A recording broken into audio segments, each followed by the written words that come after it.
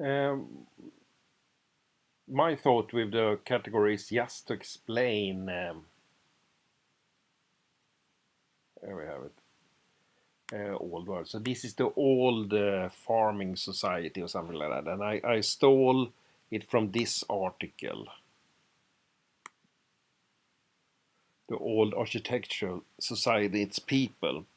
So this is explaining how life was at that time, and they have some land, borätt, and backstugesitta terms we don't use in Sweden today, and most of those terms I don't even know. So this is a learning process for me.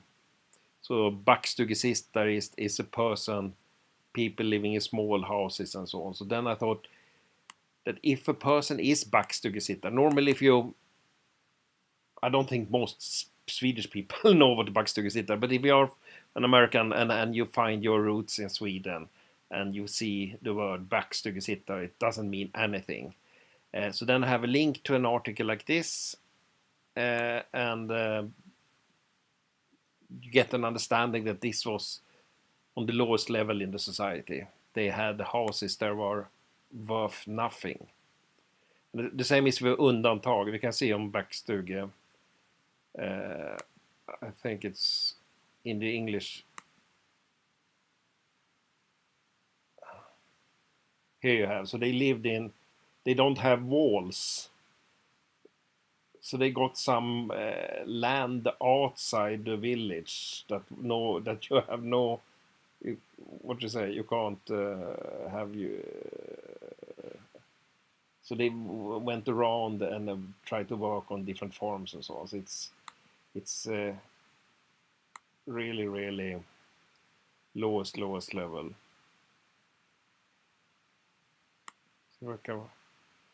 And if you understand Swedish, then I think we have some excellent links to some radio programs where they have. This is bad place to look at, but they have.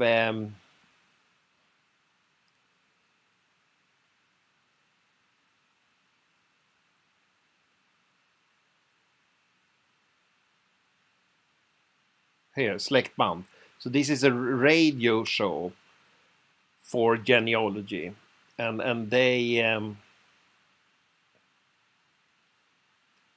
interview people and so on. So this is excellent. And you see, you have. So my thought is that if you have a profile, and my thought also is maybe we shouldn't translate. If we do like this and you do like that, then you have bad English.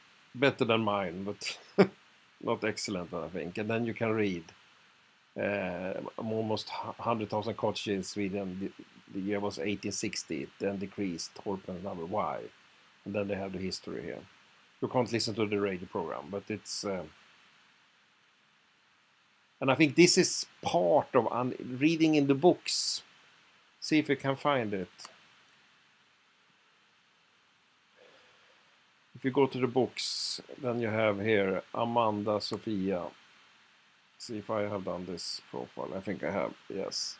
Backstuga moved from, and then it's number 5, and she is living in Näshulten.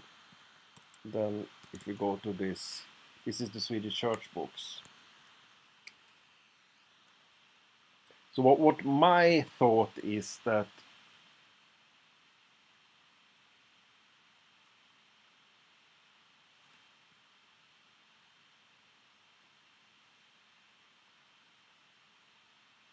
I can't read myself. I think this is Backstuga. BACKST dot.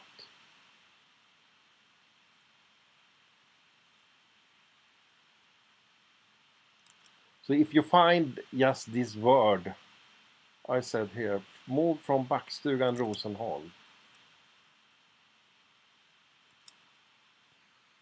to page 250.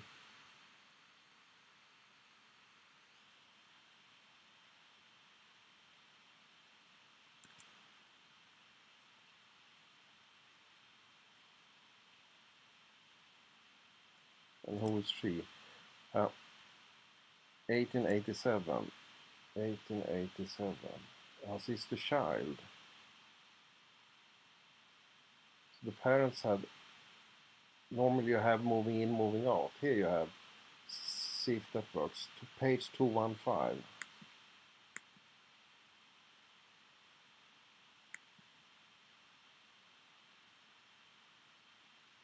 And here we have torp. And if you are not skilled in Swedish genealogy, my thought is that then you add, here you have backstuga again, sorry. So if you just see this and are not skilled in Swedish genealogy, it's enormous difficult, I think, to find out. So what I like is that when you add backstuga, then you get it at the top here. And also when I do a category link here. So if we look on backstuga,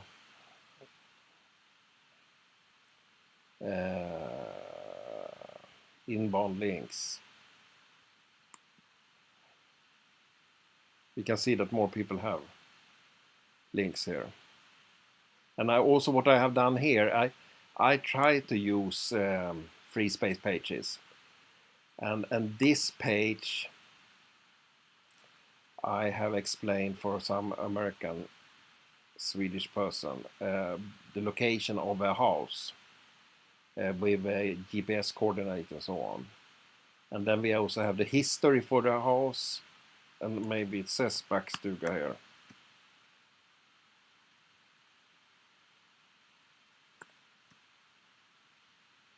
Yes, it's a simple house. It's what I found out is that from a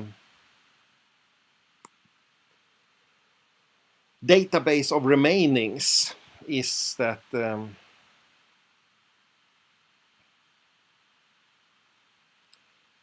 they have a object. So hopefully my Mac is a little bit faster. So now we are jumping directly to the coordinates of here. And what they said is that backstugelämning. So here you have remainings of a backstuga. And this, I think from this area, her family has lived in 3 or 4 generations. Which one was it? It was over here. Yes, I could draw it. So, and then we zoom in. And then we do coordinate setup, and then you can say orthofoto. If I remember correct, then yes. So backstugan is up in the forest, up here. But you can see at least that this has been farmed before. Now I think maybe someone is living here. So the concept here, and what I have done, which I think is cool, is that this is a free space page, and maybe here. And what I'm doing then is that I include this on other pages. So if you look at the bottom of this page, links to this page, and then I have included on some pages this, which means that some part of this page is included. So here you have inclusion, and here you have links. So on the inclusion page,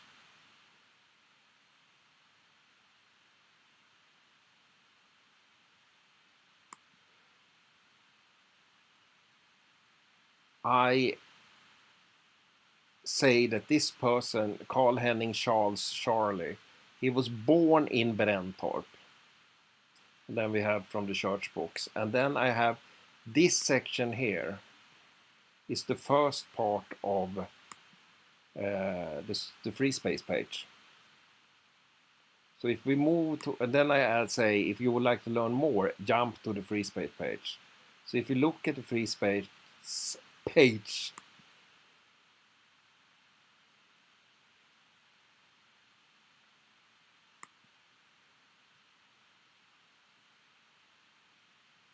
here I have done text, and then I say include only. So the C link here is just included if you have included this page on another page. The rest is on both, and no include is just shown if you move to this page. And then I use coordinates and so on to find this Backstuga and so on. I don't think they lived in the Backstuga. I think they lived next to it, but that's just my theory. And then at the bottom, I think I have another no include here. And that's if you would like to see, yes, between it's the whole this section is no include. So this is just shown if you are on the page. I think it's magic to use free space pages, and then you can. And also the cool thing here is that now I am on the free space page, and if we jump back to one of the profiles using this page here, then as the free space page start with the header, I get an edit out here. So that means now I'm on Larsson 2121, I do edit, and then I jump. Why is it so slow?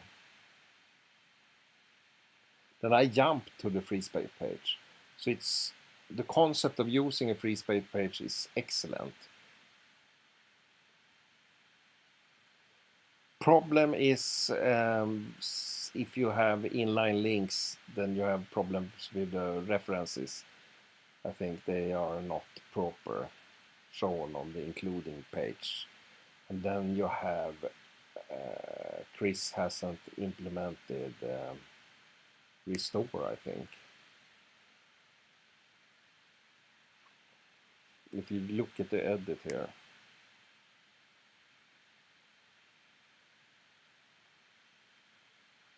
you can't restore it, which I think is stupid. But that's life. So then you have to cut and paste. What to comment on it. So that's everything. So the categories is my thought of doing some kind of genealogy and reuse things. Free space pages is maybe one way. I use it for things like this, describing an area, and also done when I try to transcribe books. Then I have a rather complex structure.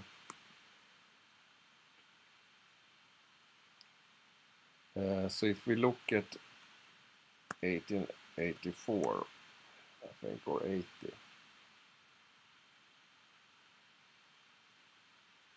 This is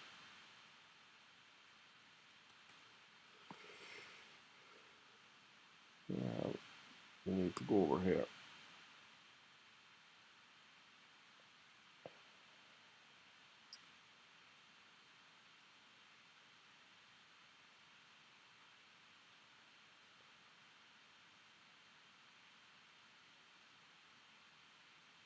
Here we have. This is a church book from 62. This is from 71, and this is, I think, the whole. Yes, so this page is a free space page that's included on some of the profiles, which I think we can see at the end.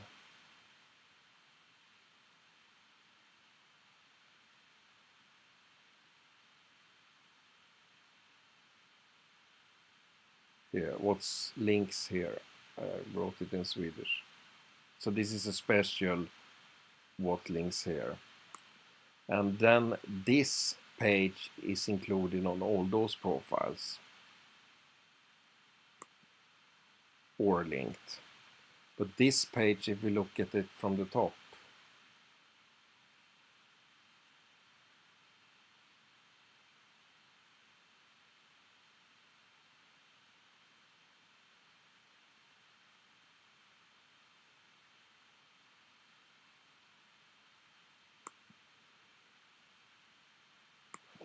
I don't know regarding this. You can see how this looks. So here you have image.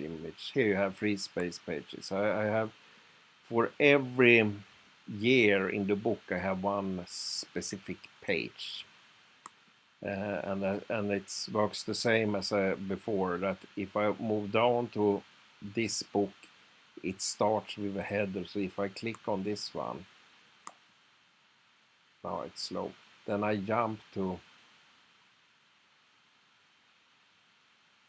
so then we jump to that free space page. Oh yes, so I think it's really cool. And then I use this page for transcribing. This is for me difficult to read, so then I start writing what I think. It's Nils something, 48 years old, which means he's born 1707, and could be the profile person 2939. And the next is Britta something, and so on. And if we look in the original book,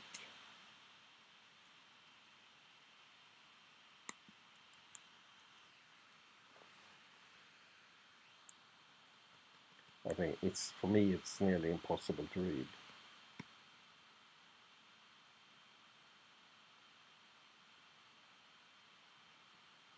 Here, Nils something, 48. Britta, I don't know what these dashes are, 39 years old. And then we have someone who died 63 years old. And that person died in 1761. And then we have someone 21. Then I have to guess.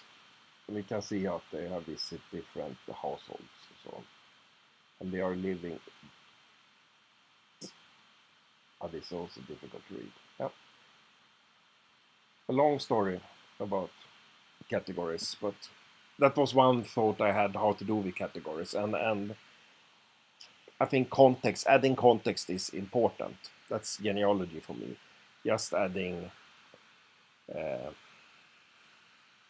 born and death doesn't make sense. But I'm more and more into this with Wikidata. I think that's the cool thing. That's the correct way to do it. That you have much more structured information. We don't.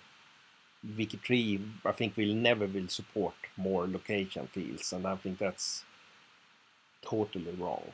I'm thinking about moving to another tool, because it's not interesting to do genealogy without locations, I think, and we need templates and so on, but I think we will not have it.